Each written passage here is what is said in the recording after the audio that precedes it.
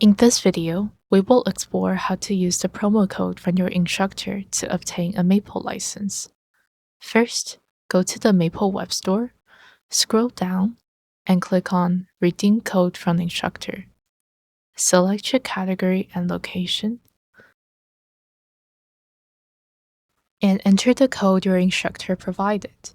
Click Submit, add it to the cart, proceed to checkout, and fill in your information. Once submitted, you will receive an order confirmation email from Maplesoft, which might end up in your spam folder.